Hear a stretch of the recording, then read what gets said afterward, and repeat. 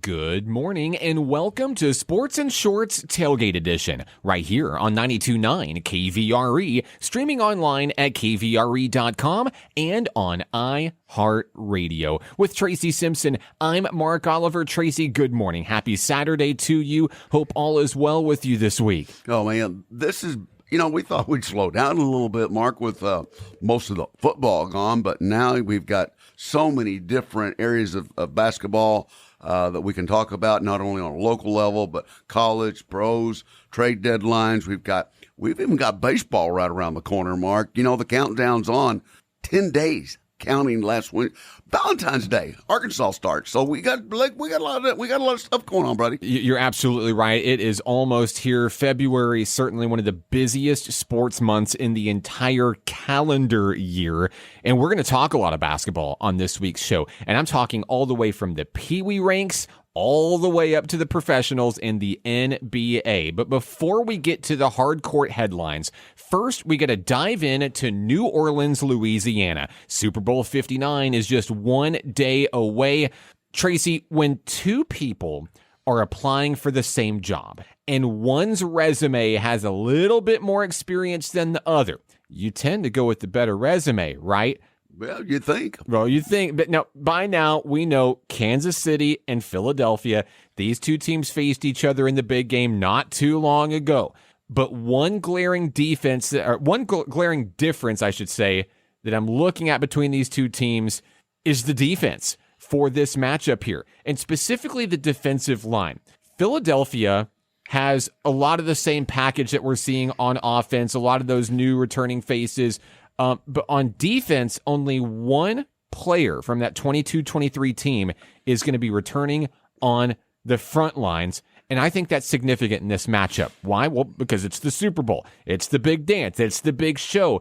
And if you're on the defensive line for the Philadelphia Eagles, across from you is someone who's not only looking to make Super Bowl history, but someone who's also on a trajectory to be better than the QB GOAT.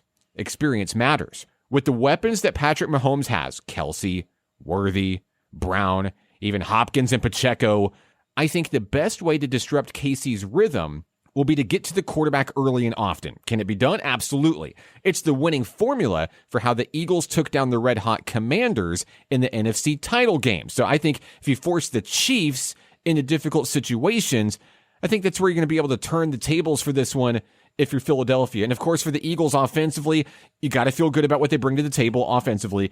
I fully expect Jalen Hurts to air it out deep. Here's the deal. The Philadelphia Eagles are absolutely, unequivocally listening to our show today. Yes, no down doubt. in New Orleans. They've got it on their app. They're on it. Right. They're listening right now. And I'm going to tell you right now, to beat the Kansas City Chiefs, here's what you do right outside the gate, right up front. First, win the coin toss, get the ball. And once you have the ball, Jalen Hurts, you air that thing out. You send A.J. Brown deep. You send Devontae Smith deep the other side down the post. You air it out.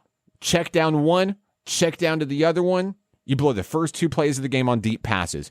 And then from there, the floodgates are opened. The running lane is open. It's Saquon Barkley time, baby. Of course, the best running back in the NFL. My pick for the NFL MVP, playing in the Super Bowl, his first one ever. Tracy, I saw this week a stat that really blew my mind, and it really put into a deeper perspective on just how good Barkley has been this season. Before he even hits the line of scrimmage, he's averaging almost 4.5 yards per carry.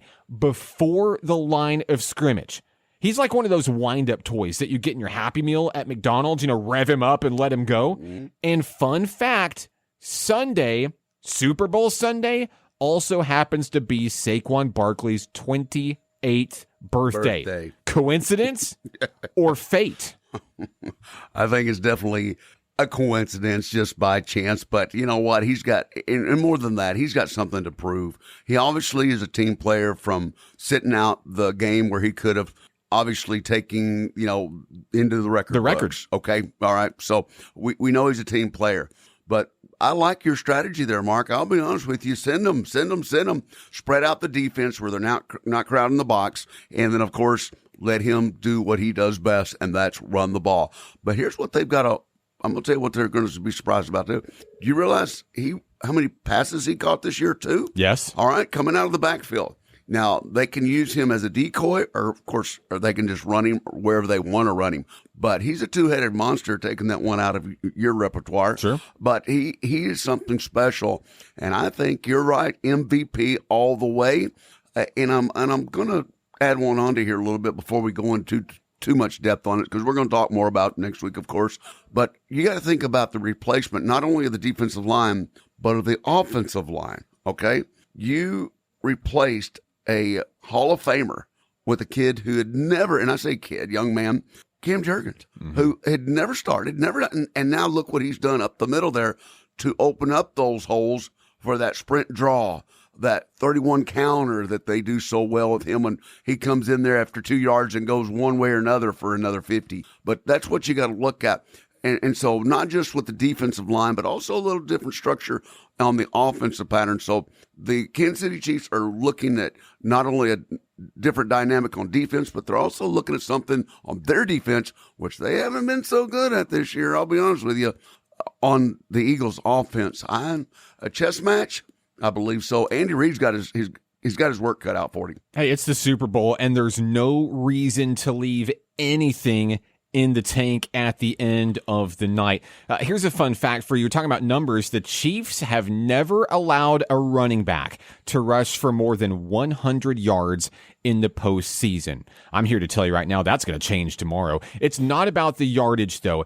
It's about whether or not the Eagles can break the plane at the end of the drive. Right. Andy Reid knows this, and the Chiefs are perfectly content defensively with long Philadelphia drives. Maintaining the clock, maintaining the tempo of the game, controlling the clock.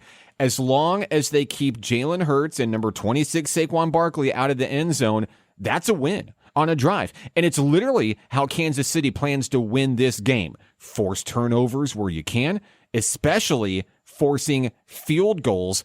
I think this is going to be a really fun Super Bowl matchup. I believe this is going to be a close game. I think it's going to come down to a fourth quarter push. Maybe it's a fourth quarter tush push on the Philadelphia side. Possibly. Or maybe Kansas City finds postseason magic like they seem like they have all year long. Kansas City is like a gold medal sprinter in the Olympics. They get across the finish line. They're on that podium at the end. They're biting their medal. They're celebrating. But maybe they have an awkward gait to their step. Maybe they have an awkward run or awkward stance. It gets the job done. It's not the same as everybody else does in the pack, but for them, it works. And that's basically how their season has been all year long. 2 losses on the year. One of them a true loss. The other one, you're resting your starters. But for this Kansas City team, they continue to find ways to win football games that I will repeat, has nothing to do with the officials in the NFL, despite your tinfoil hat theories, despite what your uncle tells you. Oh, goodness. There's no way that 17 different officiating crews are all colluding to help one team reach the top. It's not happening. Stop it. But they are finding ways to win games. They are digging deep. Remember, this is a team that had its fair share of injuries this year. They don't have Rashee Rice this year, but they had Xavier Worthy step up, Hollywood Brown step up. They got Hopkins coming in with a big trade this year. Trade deal. Pacheco is certainly maybe not even a top 10 running back in the league, but he makes it worth it. When his number is called, he gets the job done.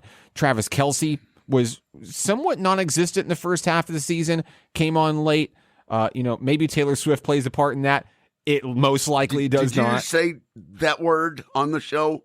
Oh, my goodness. Oh, stop it. Stop it. I don't believe in all these superstitions for football. I think we have literally, so before the season, I'm going to toot my own horn for a second. I predicted the Super Bowl matchup. And I believe that the NFL gods ultimately gave us the best 2 teams in the league for this game. CFP playoff? I don't know. No. I don't know. MLB World Series on paper? Yeah. But here for the NFL, I know the Lions were in the mix, and the Bills were in the mix, the Ravens, even the Commanders red hot. I think the best 2 teams are here at the end. Storylines exist everywhere in this matchup, and I think it's going to come down to one final play, one big moment, who has fewer turnovers, who has fewer penalty yards. And speaking of penalties, if you remember, the last time these two teams faced off in the Super Bowl, there was a questionable moment there at the end. No, wait a minute. You just said, wait a minute. With the hands, I personally didn't think it was the correct call. It went against the Eagles. The Chiefs win. The Chiefs have now won 2 in a row. They're looking to be the first team in NFL history to win 3 straight Super Bowls. My question for you is, if the Chiefs get this done, I'm not saying when, I'm saying if the Chiefs get this done, what does that do for Patrick Mahomes' legacy as it continues to develop? Obviously, comparisons to the great Tom Brady. Well, let's wait till he gets 3 more, then we'll talk about it, okay? Fair. Now, all right, granted, and I'm not taking anything away from him. He's an exceptional player by all means. He's got a great cast of players around him. I think what he has going for him, obviously, is one of the best coaches of all time. That's what I'd rather talk about. Sure. He ranks up there, of course, with the Chuck Knowles, the Tom Landrys, the Vince Lombardis, and, of course, who's that one guy that won 6 of them? Oh, Belichick. Yeah. Okay, so that's who we need to really talk about. I'll be honest, that's my focus. Players come and go. Coaches last forever, okay? Yeah, those legacies. And through the ranks, he's been, look wherever he was, through the years, and I love doing those flashbacks. He's a winner. Andy Reid's a winner. And that's the only thing not the only thing I like about Kansas City, but I like their style, their calls. It just seems like they come through with whatever play they needed, just like when they did it with the Bills. They went down and scored 4th and 7. They throw a little touch pass to the outside. Should have went for nothing. Goes for 12. Yeah. And as they say, the rest is history. But, here's my whole instance on everything, though. Let them play. Come on, guys. Let them play. Let's not have it go down to the last little bit to where that judgment call comes from a zebra.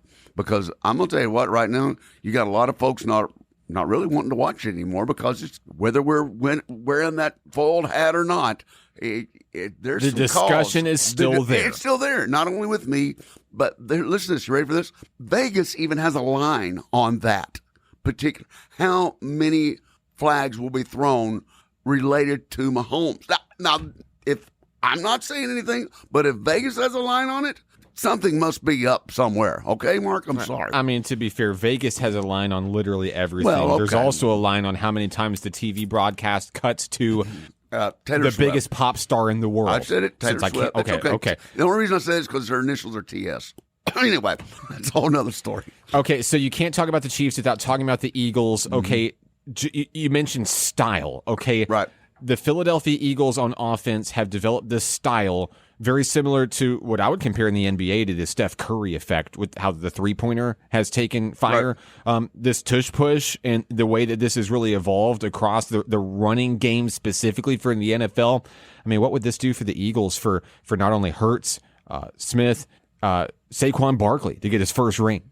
Oh, well, no doubt about that. I mean, obviously, this is going to be something that the ones that stop the Giants, and not necessarily, this shouldn't be, David and Goliath story by no means, because Philadelphia's been in the runnings now for a while. Agreed. But here's the deal. You got to look back 7 games back, 8 games back, 9 games back. They were wanting the coach's head. That's how tough the Philadelphia fans are.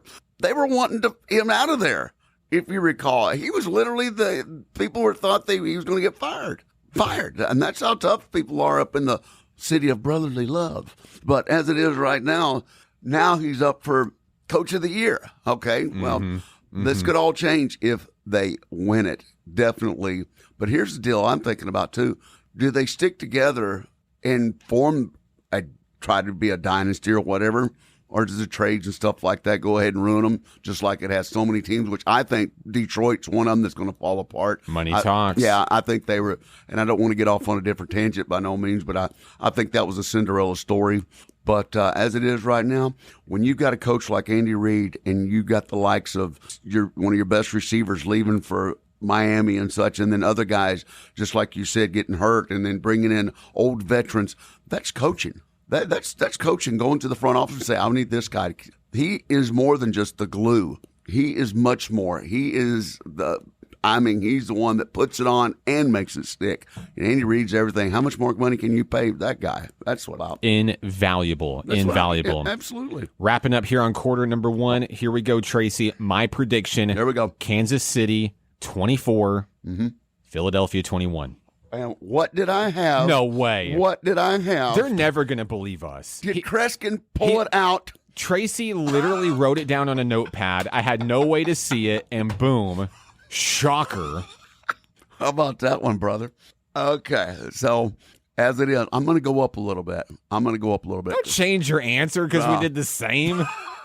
It is what it is. I'm going with that right there. It's fate. With the Eagles and under, because the over and under is 48. Okay. I'm going with that same number, but with Philadelphia. Okay. For a Whataburger. Oh man. Now we're talking. Hey, it about better be a what a chicken for me. What a chicken. Yeah. I've got my own Whataburger story, but we don't got enough time. Whatever it is, how's that? Whatever it is, but anyway, it's gonna be a what a chicken ketchup only. I'm telling you right now. Keep it under $20. But yeah, 24-21 Eagles, 24-21 the Chiefs. Second quarter coming up, Mark. Oh yeah, we got NBA coming your way. The biggest story in the sports world, bigger than the Super Bowl. We talk about it next, right here on Sports and Shorts Tailgate Edition on 92.9 KVRE. Second quarter coming up.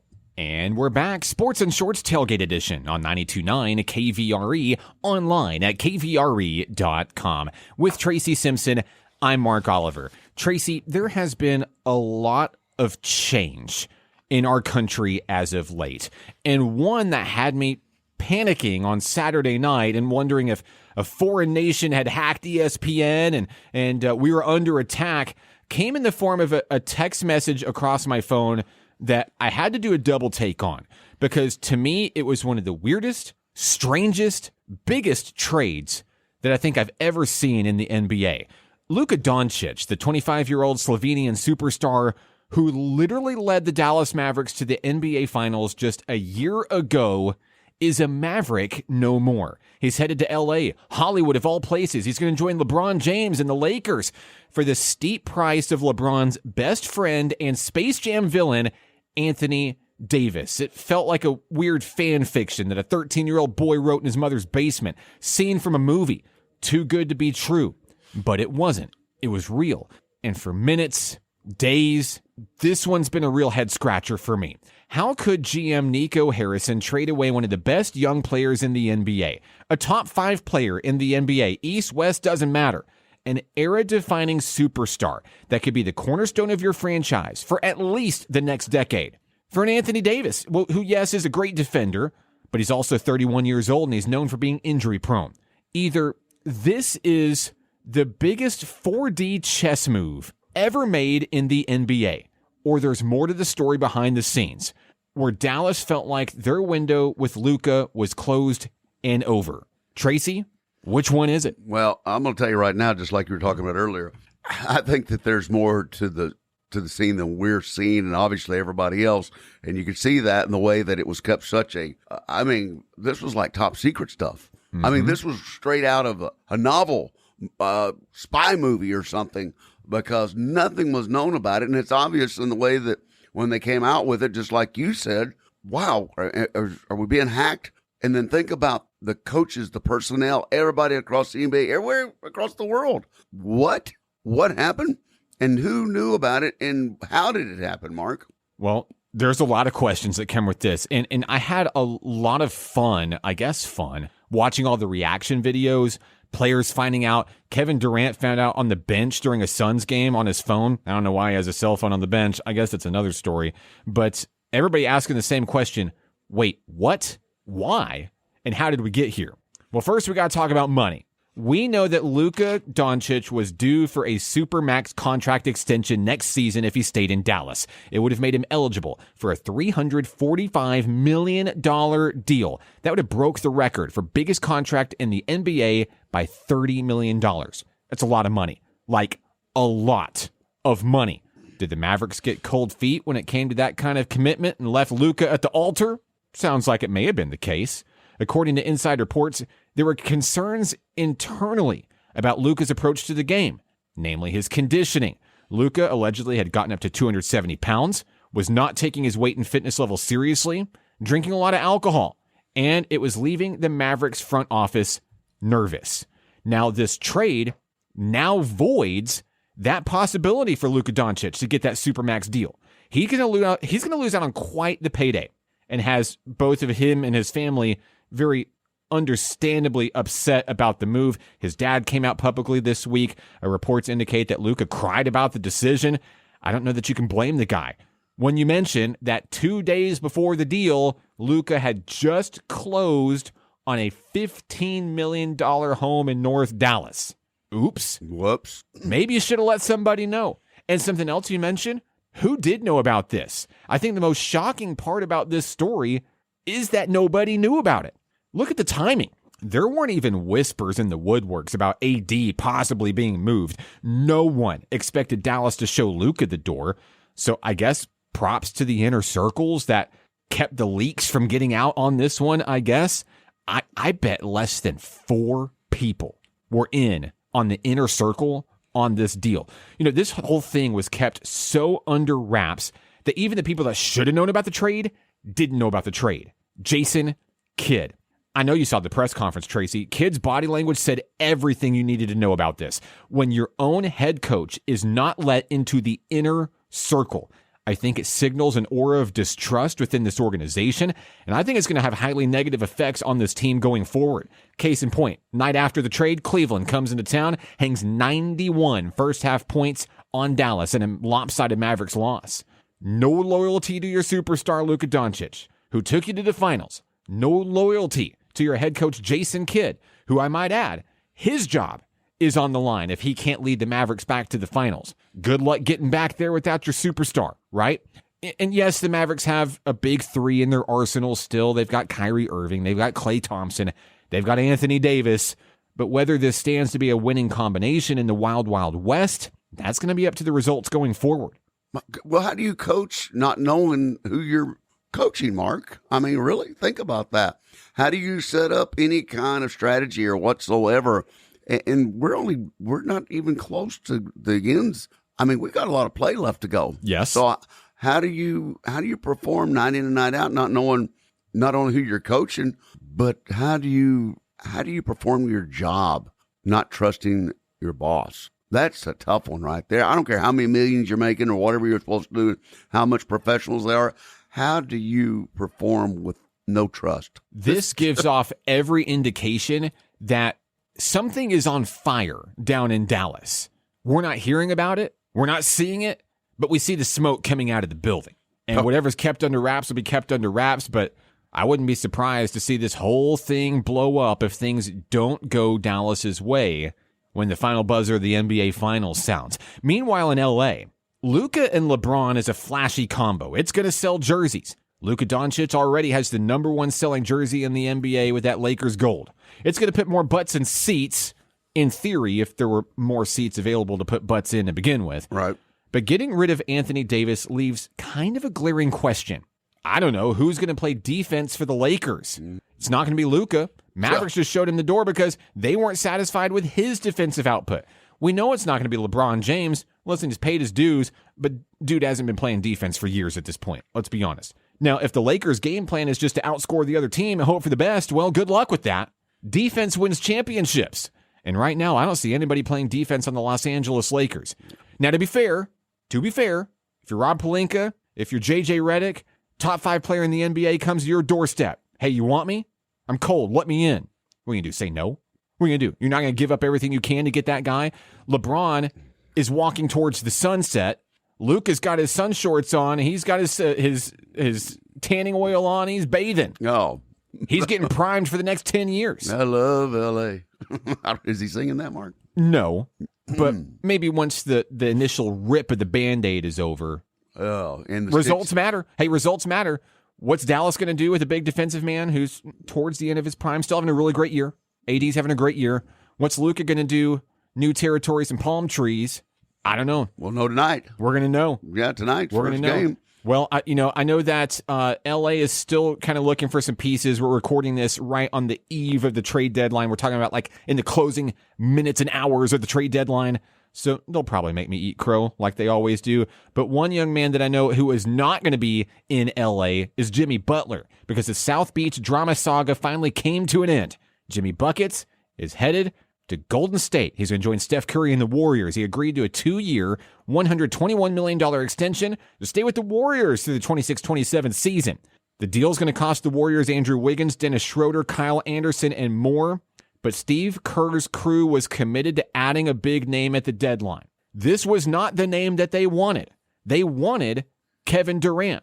Durant publicly came out and said, nope, no reunion for me. Not interested. I'd rather stay in Phoenix. And this is coming from Kevin Durant, who, just like Jimmy Butler, has had some pretty messy breakups over the years. When things don't go your way, when you don't get that ring, when you're not winning, who can help me win? I'm not happy. Let me go somewhere else to win. Maybe Durant doesn't want to go to Golden State because they're sitting on the outside looking in the playoff picture. Fair point. Perhaps. But back to Jimmy Butler. Just like Dennis Rodman with Phil Jackson, just like really with Draymond Green with Steve Kerr right now. Is Steve Kerr the guy that just might finally get the dramatic efforts of Jimmy Butler under wraps? 5, count them 5, messy breakups in this league. Well, like I said earlier, Kerr is he's not going to take no lip from him. I'm telling you that. He's already a hothead. He was that way when he played in the NBA, and he's that way as a coach. And I'm going to tell you right now, if there's anybody that'll tell him to hit the bench, well, of course they did that at Miami and at previous teams before that. But Kerr won't allow that, Mark. And I don't know how they ended up getting him. Will it be an asset to the team? No, I think it'll be detrimental. I'll be honest with you. Another thing is they just don't play that style of ball anymore like he does, where you get out and you just literally take everybody on. And I'm serious. I mean, you've seen how many personal fouls he's had through the years. And then he gets all mad and everything, and that's what happens with the style of play. They start just, roughhousing. And that's not Golden State's game, man. Yeah, couldn't have said it better myself. I mean, this is a risky move. It's a gamble at the deadline. Golden State needs a Hail Mary pass in the fourth quarter. Yeah, Is this going to move the needle? They're outside the playoff picture looking in? Probably not. Their big three is still 3 players 34 years old or greater. And now you've just put Jimmy Butler and his emotions in the same locker room as one of the most emotional players in the NBA, Draymond Green. Good luck. Man. Good luck. Who's gonna light the fuse? Because it's gonna blow up. It's a ticking time bomb. You know, Miami and Pat Riley were never going to reward the bad behavior. They needed him out. They needed to move on to the next chapter. They didn't get a great haul for him, but that book is now closed and they can move forward to the next chapter. Still a lot of NBA to be played. Yep. And things are looking exciting right now. But results are the only thing that matters at the end of the day. Not big names, not flashy jerseys. Not selling jerseys. Results is the only thing that matters. No doubt. No doubt. Well, we'll see what happens with that one. When we come back, a team that is turning the table, maybe right when it needs to the most, with big results in Northwest Arkansas. Sports and Shorts Tailgate Edition continues in a moment on 92.9 KVRE. For the third quarter of this week's show, we stay on the basketball court, Tracy, where we're going to take things up to Northwest Arkansas. Now, if you've been listening to the show in recent weeks, you may have noticed that there's been a huge absence in coverage for Arkansas Razorbacks men's basketball. Maybe it's by design. It has not been the year for Coach Cal at all, but maybe, just maybe, in the words of the great movie Dumb and Dumber, are you saying there's a chance? There's a chance. There is a chance. Last Saturday, one of the biggest stories in the sporting world, and we've talked about a lot of them already from last Saturday, happened in Lexington, Kentucky, where in Rupp Arena, the big reunion, Coach Cal goes back to Kentucky and leaves victorious. The Hogs upsetting the number 12 Kentucky Wildcats 89-79. Razorbacks hit 13 three-pointers. Second most in a game this season, the most in a road game versus a ranked opponent since 2019. And they took down the Wildcats on an emotional night. Of course, the Razorbacks and Coach Cal were being booed as they entered Rupp Arena, and they were being booed as they left Rupp Arena, but they left with their heads held high. They opened the second half with a 12-2 run to take a commanding lead. The Hogs just never gave it up. They led for the rest of the game. Kentucky tried to make it close, cut the deficit to 6 points with about 7 minutes to go, but the Hogs just wanted it more. And this win here, the Razorbacks may not make the NCAA tournament. That ship may have sailed. Who knows? That picture is still developing. But regardless, this feels like a really huge win and a really huge step in the right direction, finally, for this program. Well, no doubt. I mean, even everybody coming in when on the road. I mean, they traveled into Austin. I mean, think about that, Mark, and not so much being the 3-point lead like they did, but defense. What defense? Which they really hadn't had all year long. They lose their main defensive guy, their guard, due to surgery. But then you got the likes of other guys stepping up, and then also, Mark, once again, and you've heard me say this a million times, free throws and coming through and making them. You know, they're 83% team shooting. How about that for a team? Now, who would have thunk that for an Arkansas team? Okay, but that's Coach Cal. That's coaching the way he stopped. You know, 2 hands on the ball, shoot your free throws, and don't look not to follow up your ball. You know, those are some basics. A couple of different things. You block out, okay, when the ball's shot, and then when you shoot, you follow up. And that's still the same thing. And then when I listened to him the other day in one of his coaching clinics, you know, they get you in on some of them every once in a while. That's what he was pushing so much. Maybe he's got a team now that's starting to listen to him a little bit. I don't know, but I do know this. They've got 2 road wins tonight. They've got to take on the number 3. Can they keep it going, Mark?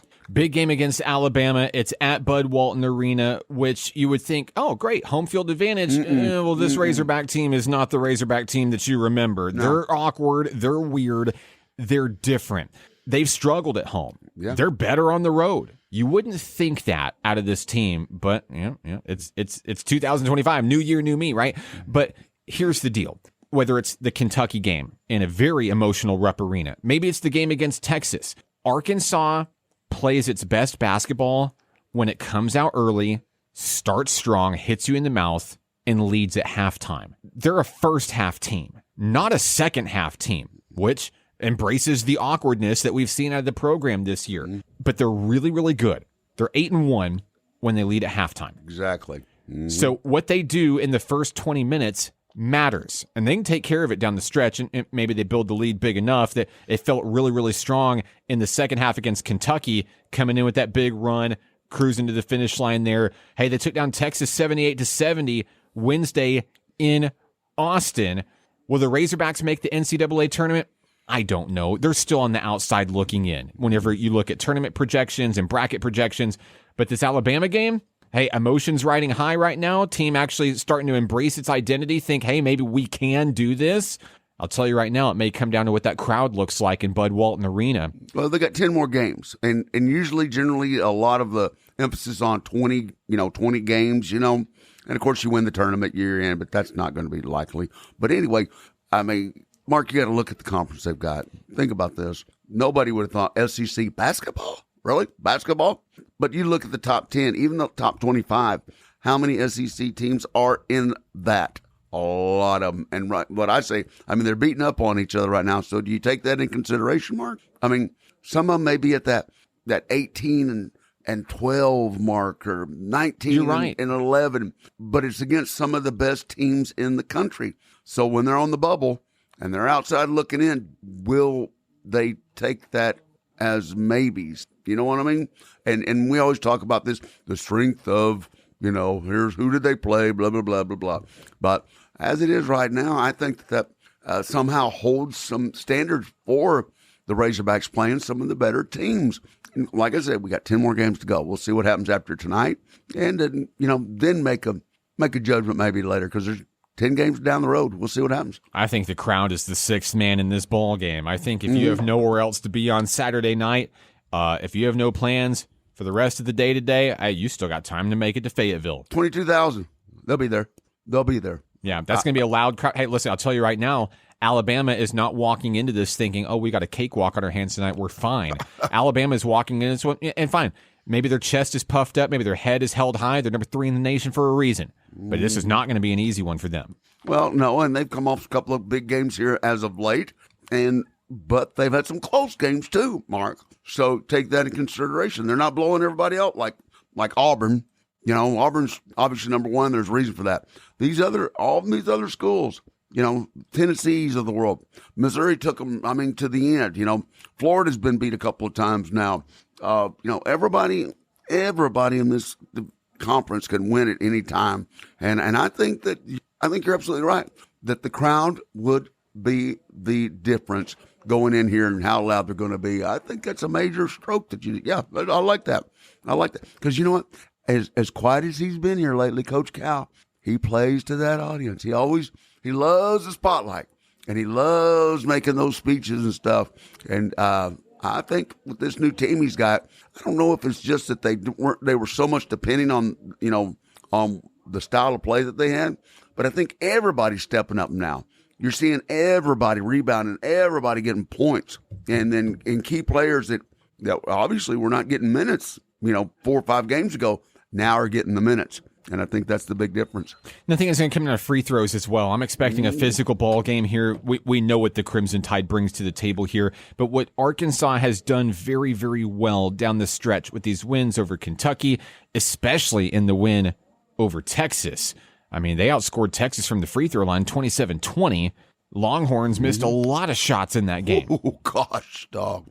You just take care of the fundamental stuff. I know it seems basic, and it's like, all right, Mark, that's elementary stuff. We know. They've been doing this for years. They're college players. They know. But it's the real deal, and it seals victories, and it avoids losses. And I think that ultimately a game like this, very high upper-tier echelon matchup, I think may come down to just that. Fundamentals, free throws, taking care of the basketball. No doubt. I mean, that's whether in any sport, it's just that simple. Taking care of the ball, just like we were talking about earlier. 2 hands on the ball. That's what, no freestyle or anything like that. Intentional passing.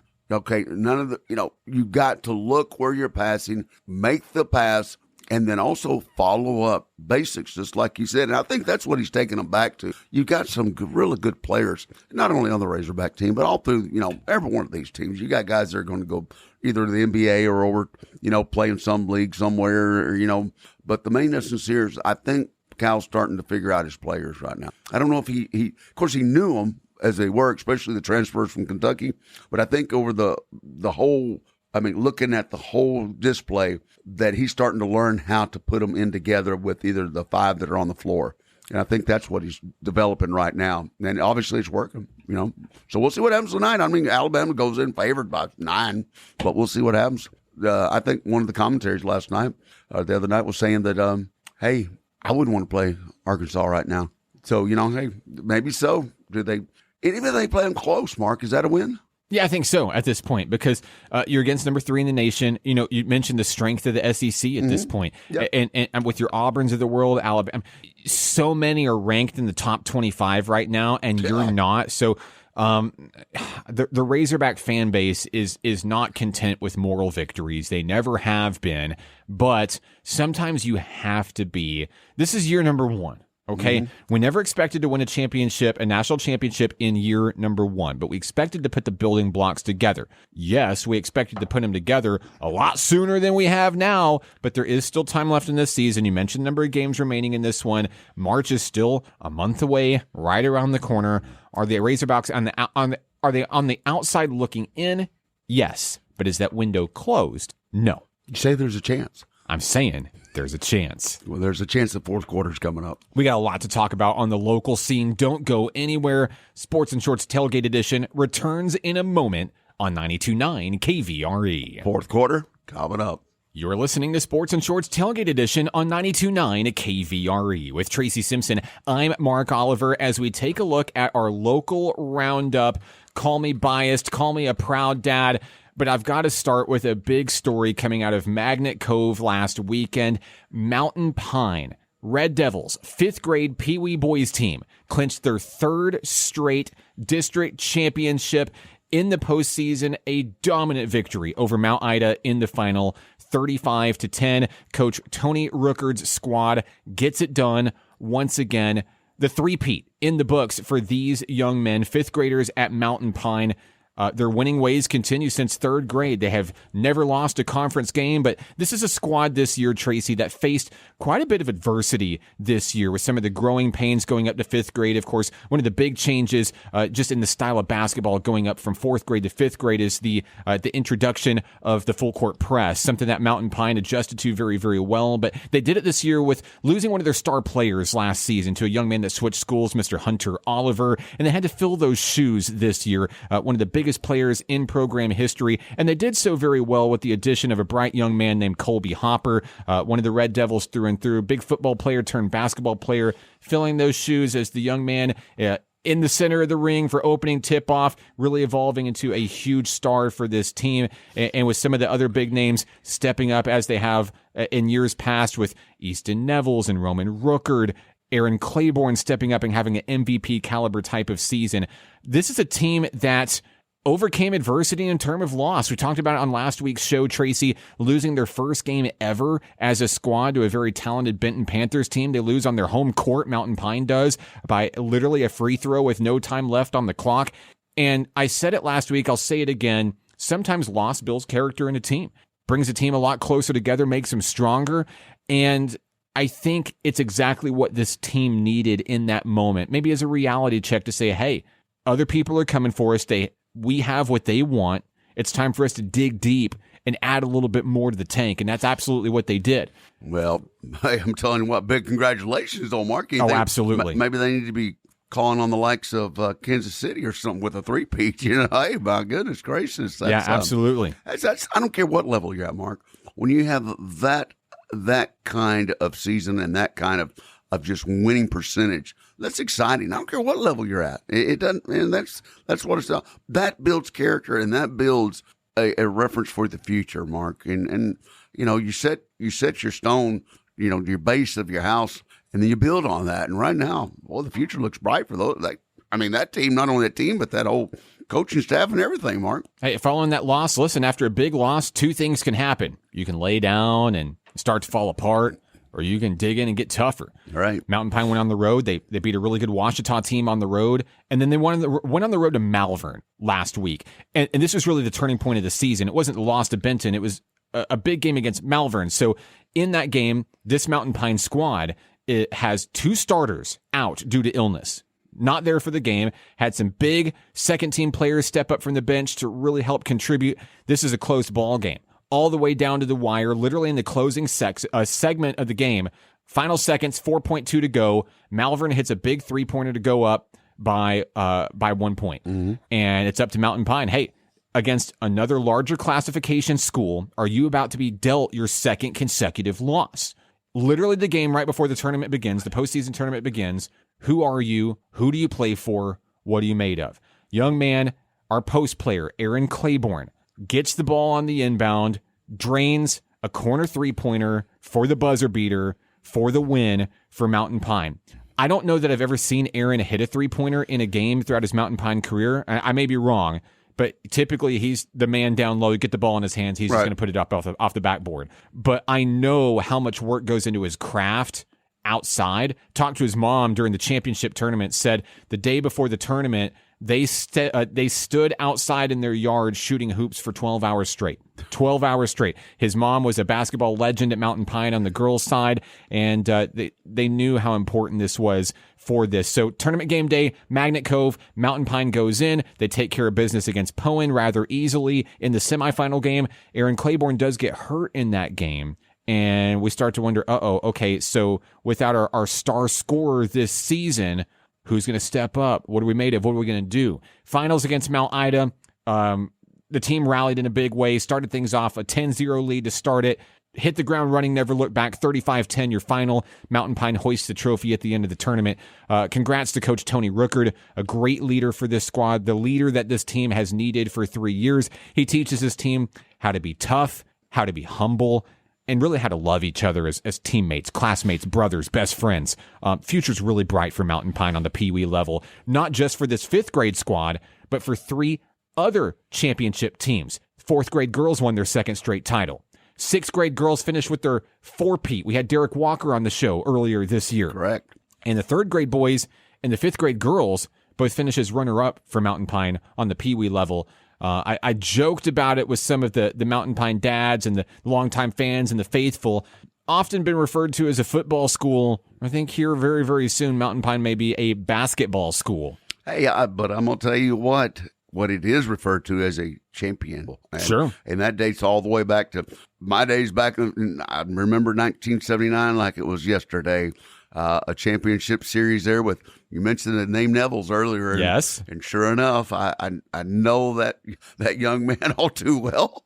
And sure enough, the whole area is made a champions, Mark, and that's what it's all about. No matter whether you're at Mount Pine or Timbuktu, this is how you develop not only into players, athletes, but into life. And this produces winners is what it produces. And it doesn't matter where you come from, whether you're hoisting the flag and the trophy for the Red Devils or whatever team. This is where it starts. I know a few of those Pee Wee coaches, and that's where it all starts. And another thing about it is congratulations to the fans. Congratulations to the parents, to the grandparents, to everybody out there. Just like you said, Mom sit out there and shot back. Hey, look, people don't see that, the time spent day in and day out of not only at the games, but what it takes to get to the games, the commitment for the practices nobody sees, for the driving time nobody sees, for the absolute, when you go to these, sometimes you have to stay overnight.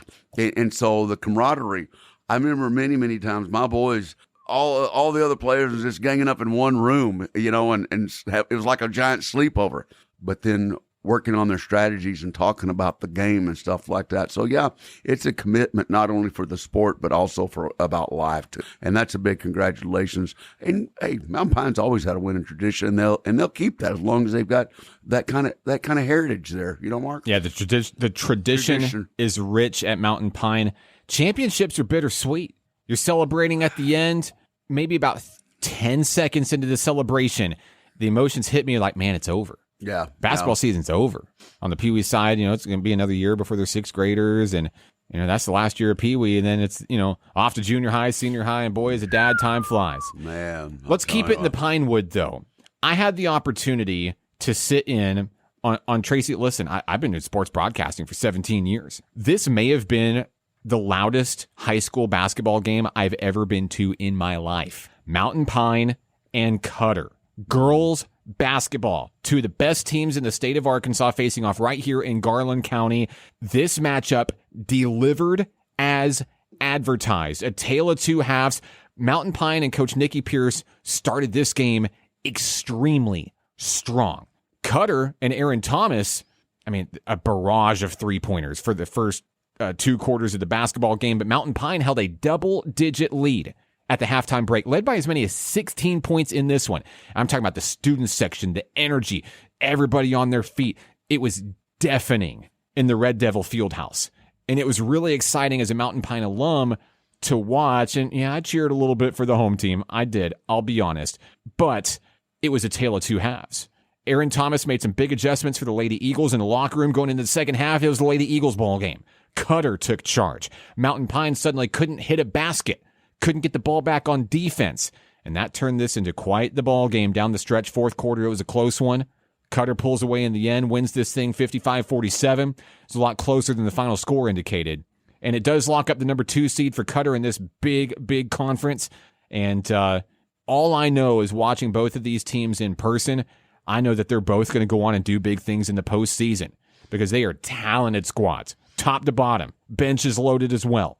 In a really cool rivalry environment, unlike any I've ever seen. I was talking with Brian Rice of the Sentinel Record about the Caitlin Clark effect, right? We talk about it all the time on this show. Girls basketball and the popularity, the surge. It's on the high school level right now. And here in Hot Springs, Garland County surrounding areas, it is huge. Well, I'm going to tell you, like we said at the beginning of football, and we were true to that, and also on basketball. I think whether it's the boys or the girls, somewhere in this region, that if you guys are listening, we're going to have a champion. We're going to have a state champion again. I promise. Yes. I just feel that. And within our listening area, the competition level, but everybody just anticipates getting out there and getting after it. And that's what we've come to know as champions. And we're in this area where we've been very fortunate to see some of these games, Mark. And I've been over there on the Pine, and boy, you talk about loud, but you know what? It's good for the game. It is really good for the game.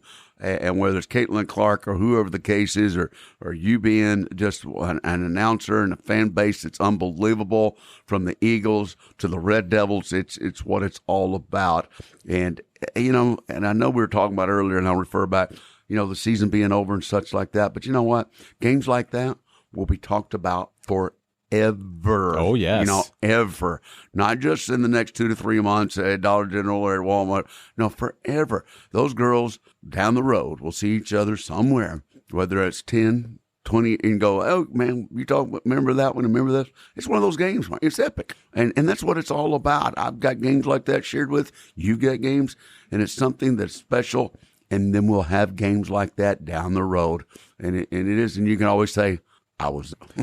Rivals on the court, maybe rivals off the court. Hey, and maybe teammates next season as well. When we look at college, you just never know. That's our show this week here on Sports and Shorts Tailgate Edition. What a show it has been. You can text us anytime, 501-915-1300. We're here every Saturday morning at 10 a.m. He's Tracy Simpson. I'm Mark Oliver. This is 92.9 at KVRE. Game over.